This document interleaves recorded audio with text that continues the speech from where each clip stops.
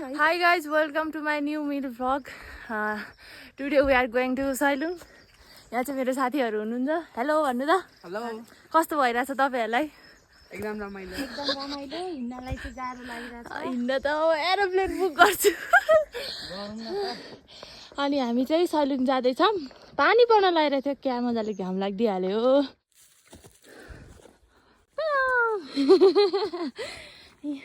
माथि चाहिँ खतरा हिउँ भेट्नु नि है, यो त भेट्नु रहेछ.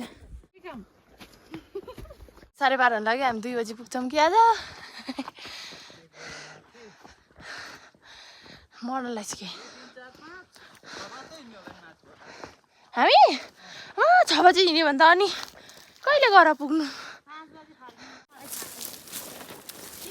के अरे खुट्टाकै त्यहाँ खुट्टा हो त्यो. राख्न मिल्छ? मिल्छ. यहाँबाट चाहिँ टेकेर गाडी गएको रे. राख त तिमीहरू देब्रे खुट्टा रहेछ. के कहिले राख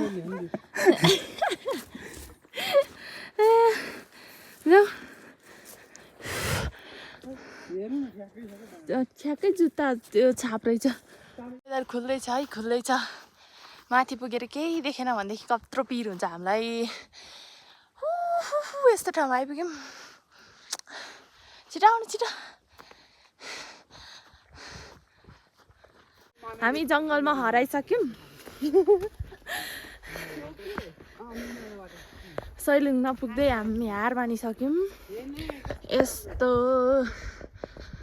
जङ्गलै जङ्गल. अनि मैले एउटा फुल भेटेको छ हातेर यहाँ.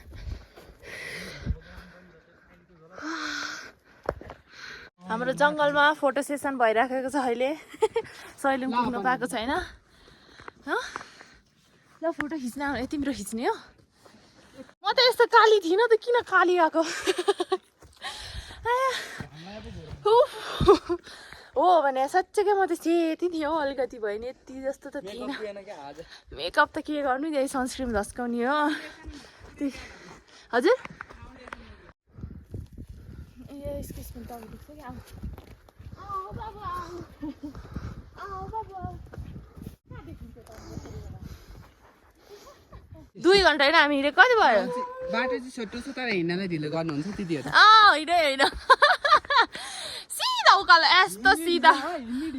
नाटक हेरे भेट्दै. हिँड्ने ढिला चाहिँ होइन, बाटो चाहिँ साह्रै गाह्रो छ.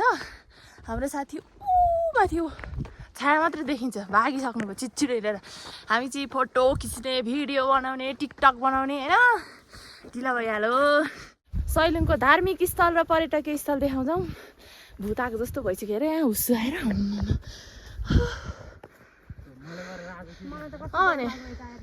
डर लाग्यो. डर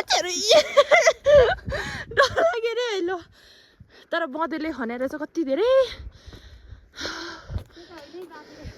होइन.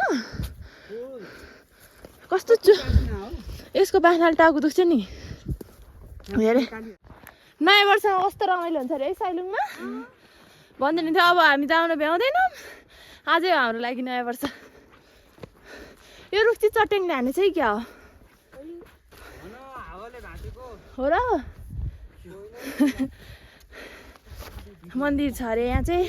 के मन्दिर अरे? महादेव थान. मेरो चस्मा झर्छ क्या? चस्मा झर्ला जस्तो छ. जुरे ढुङ्गा महादेव मन्दिर दर्शन गर्नको लागि पाल्नुहुने दर्शनार्थीहरूमा स्वागत गर्दछौँ. ल पण्डित बा हामीलाई टिका लगाइदिनुहोस् ल. यो चेपमा सबै घाँसले पुर्रेछ. कस्तो हुस्सु आएको भयो.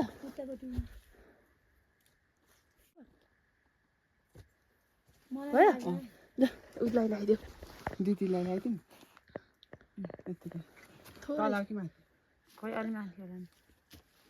ल भयो. ल तिमी नलाउने आफै रे. अब ल जाऊ.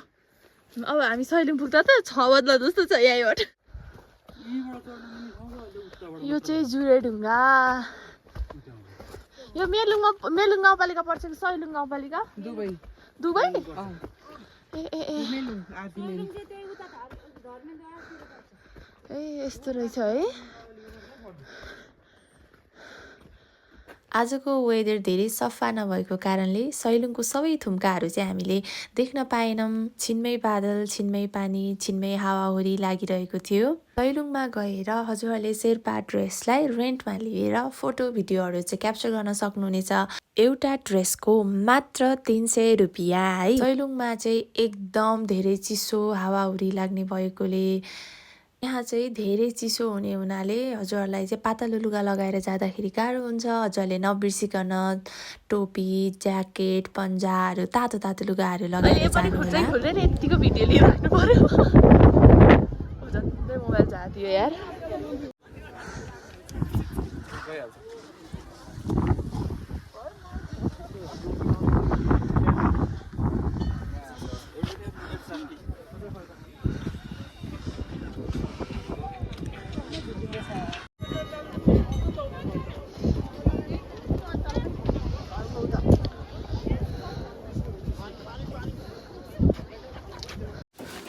तातो चिया खानुहोस् होइन दिनुहोस्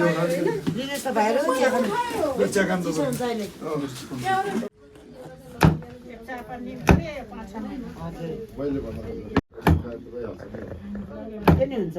त्यो गरौँ त्यो नि हुन्छ तर हेर्दा हेर्दै खाएर सक्छ नि भयो भयो चारोले हाल टोपी झरेछ कसो है ढाका टोपी जाडो भइरहेछ ढाका टोपी भेटे खुसारेर हिँड्नु पर्ला बाटो कता हो र जहाँ हेऱ्यो त्यस्तै देखिन्छ आज त वेदरले त जिन्दगी नआउ जस्तो बनाइहाल्यो नि त्यतै हो जानी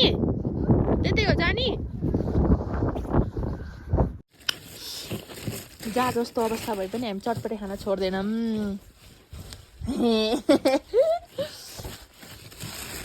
पानी पर्न लागिसकेको छ हामी चटपटे बनाएर खाँदैछौँ आनन्दले